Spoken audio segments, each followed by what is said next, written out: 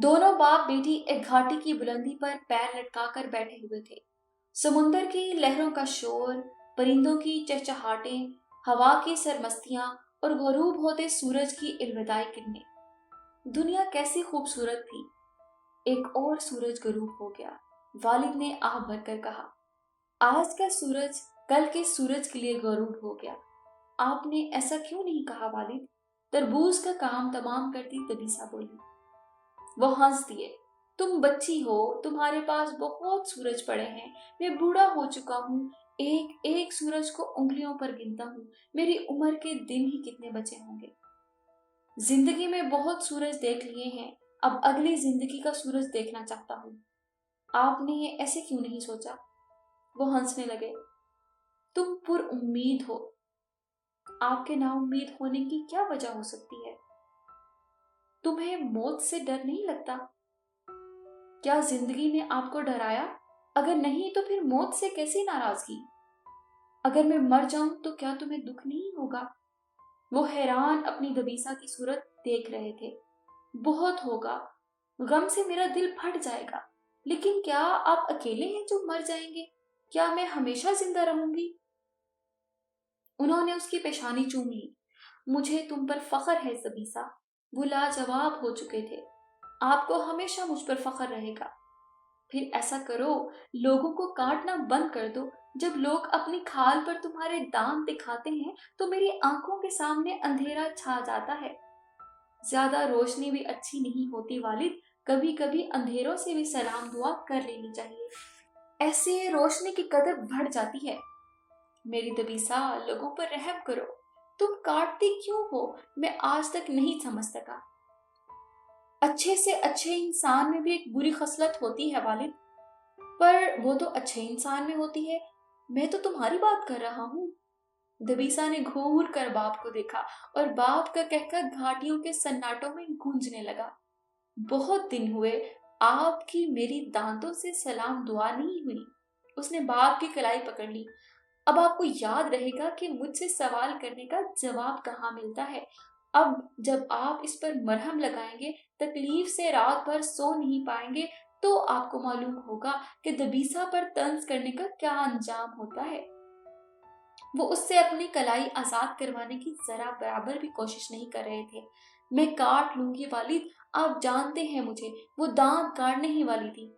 काट लो मेरी दबीसा, मुझे सफर पर जाना है। जब जब इस जख्म में तकलीफ होगी, तब तब तुम मुझे याद आओगी। मैं आपको ठीक तरह से याद आऊं, इसलिए मैं ठीक तरह से काट। बाप बात और काम अधूरा रह गया। दूर से आती घंटियों की आवाज एकदम से बहुत करीब आ गई थी। वालिद ने झटके से अपना बाजू उसकी गिरफ्त से अलग किया और उसके सर पर टिकी चादर को पकड़कर गर्दन से नीचे तक खींच दिया। वो चादर में पूरी छुप गई। वालिद, अब ये सब भी ठीक नहीं होता, वो मनमनाई, जबकि जानती थी उसकी एक नहीं चलेगी।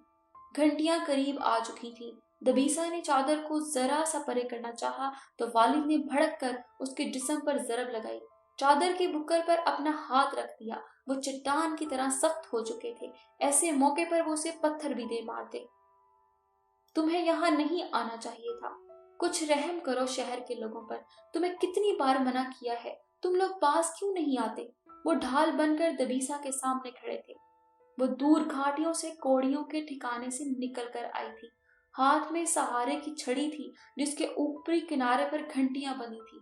वो अपने दो पैरों के बगैर तो शहर की तरफ आ सकती थी, लेकिन उन घंटियों के बगैर नहीं आ सकती थी, वरना शहर के लोग उसे चीर फाड़ डालते। तुम दोनों को ऐसे बैठे देखा तो करीब आए बगैर नहीं रह सकी। मैं इंसान नहीं रही और इंसानों से ओप भी नहीं पाई, बड़ी हसरत से कहा। दबीसा की आवाज की गूंज ने मुझे अपनी तरफ खींच लिया। मेरी बेटी का नाम ना लो अपनी जुबान से, मेहरबानी होगी। वालिद तड़प उठे।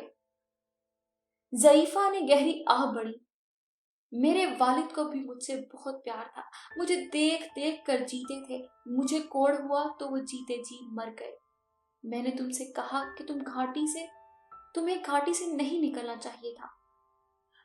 तुम सब ऐसे क्यों नहीं कहते कि हमें सांस लेना भी छोड़ देना चाहिए? اس زمین کے ہر انسان، اس آسمان کے ایک خدا نے ہمیں چھوڑ تو دیا ہے، اب کیا چاہتے ہو؟ بیٹھے بیٹھے ہاتھ بڑھا کر اس نے والد کا ہاتھ دبایا کہ ذرا نرمی سے بات کرے۔ والد نے اس کا ہاتھ پکڑ کر کھینچا۔ چلو دبیسا، وہ اسے گھسیٹنے لگے۔ انہیں ضعیفہ کے قریب سے گزر کر جانا تھا، لیکن والد نے دوسرا لمبا راستہ اپنایا۔ وہ گھاٹی سے ادھر رہے تھے۔ دبیسا، لاجواب کلام کرتی ہو، ہمارے لیے خدا سے کلام کیوں نہیں کرتی؟ وہ چلتے چلتے رک گئی۔ آپ خود کیوں نہیں کر لیتی، میں ہی کیوں؟ چادر ابھی تک سینے تک کھینچی ہوئی تھی، اس لیے چلا کر کہنا پڑا۔ کچھ کو کچھ پر فوقیت ہوتی ہے دبیسا، تمہارے اتوار کہتے ہیں تمہیں خدا کو راضی کرنے کے انداز آتے ہیں، تمہاری ایک ایک ادا بتاتی ہے تمہیں خدا کی مرضی زمین پر لانا آتی ہے۔ وہ ان کی سمت گھوم کر بلند آواز سے کہہ رہی تھی، کیا بات کرتی ہیں، خدا سے میں نے مصری ریشم کے لیے کہا تھا، دورین کی شادی کے لیے، ابھی تک اس ریشم سے محروم ہوں، اب دورین کی شادی پر کیا پہنوں گی؟ اس نے ہنس کر کہا۔ وہ بھی ہنس دی۔ والد کا غصے سے برا حال تھا، اس کا بازو اپنی گرفت میں لے کر وہ اسے اپنے ساتھ گھسیٹ رہے تھے، اس لیے وہ گرتے پڑتے چل رہی تھی۔ خدا کی مرضی کے آگے ریشم کی کیا اوقات دبیسا؟ خدا کی مرضی زمین پر لانا کسے کہتے ہیں؟ اس نے چلا کر پوچھا۔ جب لے آؤ گی تو جان جاؤ گی، چلا کر ہی جواب ملا۔ اس نے ایک ہاتھ سے چادر کا کونا اٹھا کر گردن موڑ کر دیکھا۔ بہت دور ضعیفہ اس جوان لڑکی کو دیکھ رہی تھی۔ دونوں کی نظریں ملی اور وہ دونوں ہی ہنس دیں۔ دو میں سے ایک کوڑ زدہ تھی اور ایک ہونے والی تھی۔ ہماری دبیسا، وہ بہت جلد ان گھاٹیوں میں آ کر رہنے والی تھی۔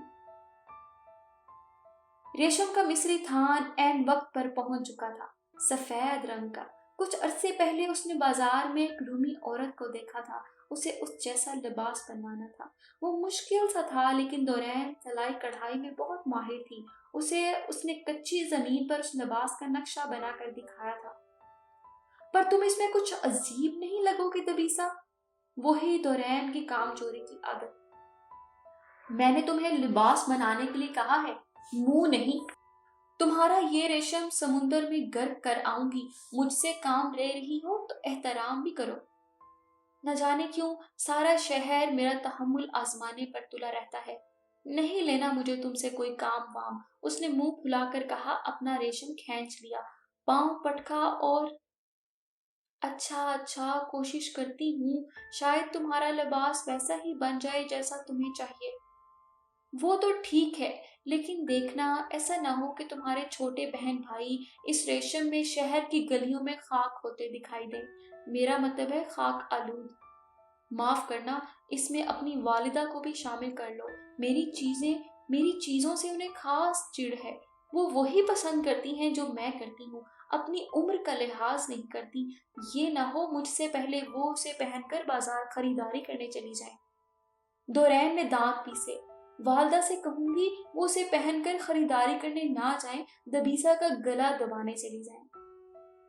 والدہ خریداری کر کے دبیسا کا گلا دبانے آ چکی تھی، وہ ریشم کو اٹھا کر دیکھ رہی تھی۔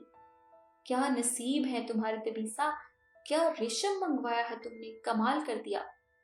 دبیسا نے دورین کو گھور کر دیکھا۔ دورین نے والدہ کے ہاتھ سے تھان کھینچنا چاہا تو انہوں نے اسے پورا کھول کر شانے پر پھیلا دیا۔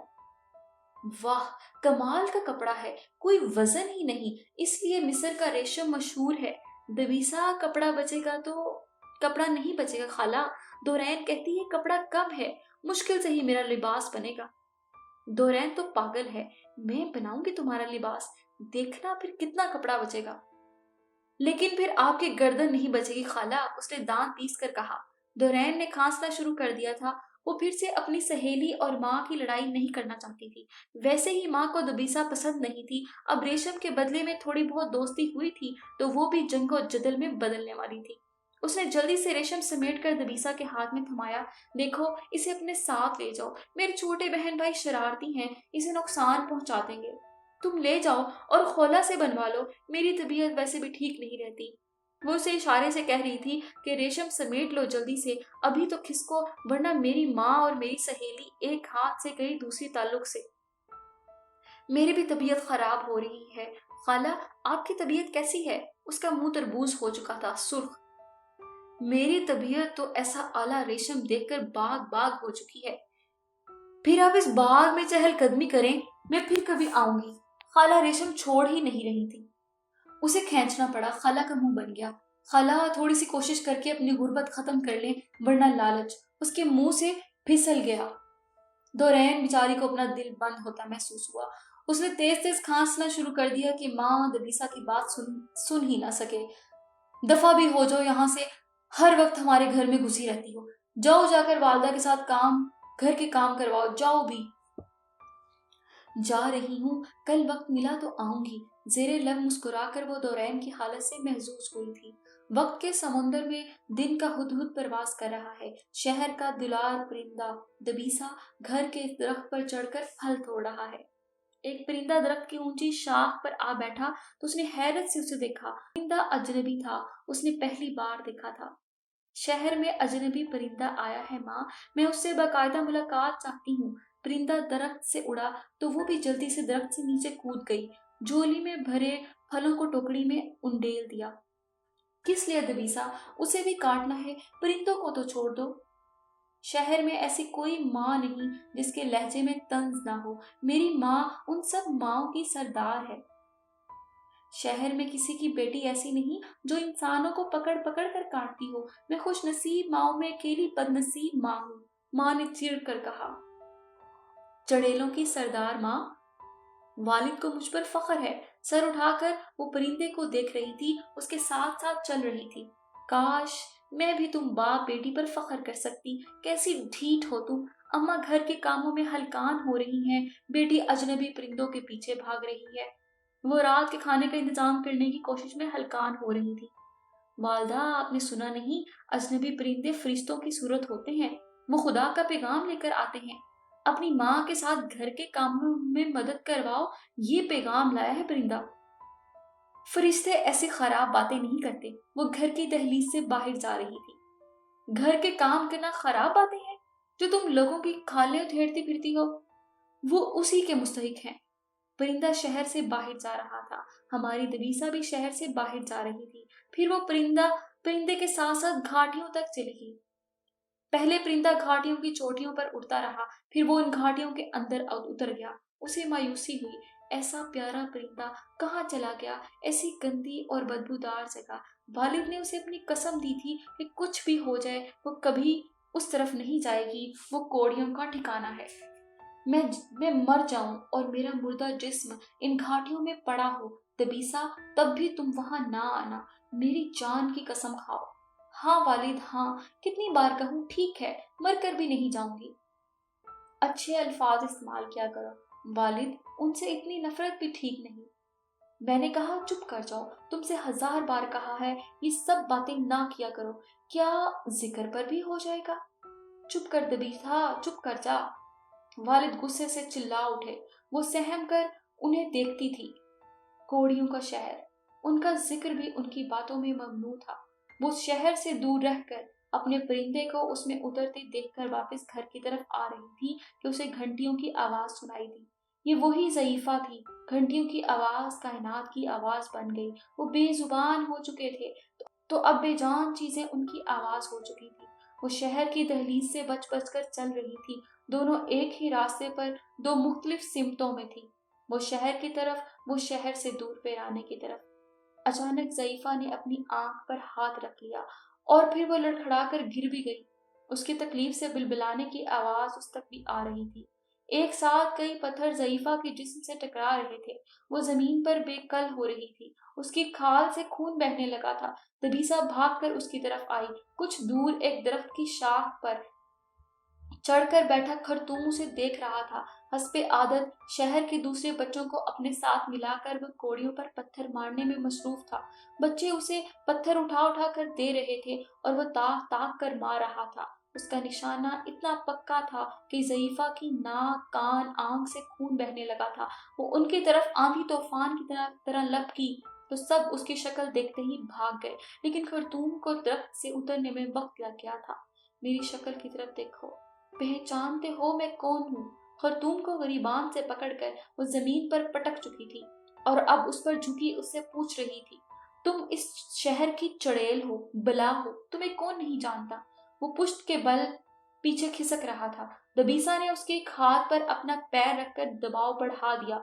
इस चुड़ैल के दांत देखो। उसने मुंह खोलकर अपने दांत उंगली से ठोंक कर पूछा, नजर आए? अब वो उसका एक कान पकड़कर शिद्दत से मरोड़ने लगी। खुरतूम का दम निकल रहा था, खौफ से उसकी आंखें उबल रही थी। मैं तुम्हारा खून पी जाऊंगी, तुम्हारी खाल नोच लूंगी। दोबारा तुम्हें पत्थर मारते हुए देखा तो गर्दन से दबोच कर कुएं में फेंक दूंगी, आग जलाकर उस पर उल्टा लटका दूंगी। तुम्हारी खाल, तुम्हारा खून कतरा कतरा आग पर गिरेगा। कुछ समझ में आई बात? माफ कर दे दबीसा चुड़ैल, माफ कर दो। बच्चे ने अपना कान आजाद करवाना चाहा। बुलंद आवाज से कहो कि दोबारा पत्थर नहीं फेंकोगे, माफ कर दो। मैं दोबारा कभी किसी पर भी पत्थर नहीं फेंकूंगा। दबीसा मेरा कान, दबीसा मेरी जान गई। जरा रुको, तुम पर एक निशान लगा दूं। पत्थर मार मार कर तुमने उसे खून से नहला दिया। अब तुम भी देखो, जब खाल से खून निकलता है तो कैसा लगता है। खुरतूम की खलाई आंखों के सामने लाकर उसने उस पर अपने दांत गाड़ दिए। बच्चे की चीख से पहाड़ी घाटियां गूंज उठी। वो हैरत से उसे देखने लगी। अभी तो मैंने काटा ही नहीं, तुम चिल्लाए क्यों? उसने ज्यादा नहीं काटा था, बस काटा था। उस बस काटने से बच्चे के जिस्म से जान का कांटा निकाल ही दिया था। वो जमीन पर पुष्ट के बल खिसकते हुए उठकर भागने की कोशिश कर रहा था। वो चीख रहा था, चिल्ला रहा था। फिर उसने मुट्ठियों में खाक भरी और दबीसा की आंखों में झोंक दी। जितने पत्थर हाथ में आए उन्हें दबीसा पर उछालने लगा। खाक ने दबीसा की नजरों से लहजे भर के लिए वो उसे ओझल कर दिया। वो शहर की तरफ भाग रहा था, दबीसा भी उसके पीछे भाग रही थी। घाटियों से उसका परिंदा निकल आया था। वो दबीसा के सर के ऊपर उड़ रहा था। दबीसा की चादर भी तो उड़ रही थी। एक परिंदा आसमान के नीचे उड़ रहा था, एक परिंदा जमीन के ऊपर उड़ रहा था। भागता हुआ खुरतूम बाजार से गुजरा।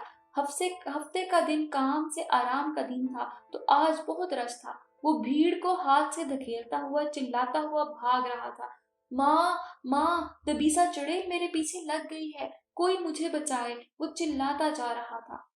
उसने बाजार में कितने ही लोगों की चीजें गिरा दी थी। दबीसा चुड़ैल ने शहर को सर पे उठा लिया था। वो लोगों को धक्के देती हुई खुरतूम के पीछे भाग रही थी। वो उसका खून पी लेना चाहती थी। माँ, कोई मुझे बचाए, दबीसा दबीसा। वो आई। वो चिल्लाता जा रहा था, रो रहा था, अपने घर की तरफ भाग रहा था। दबीसा का हाथ उसकी गर्दन तक पहुंचते पहुंचते रह जाता।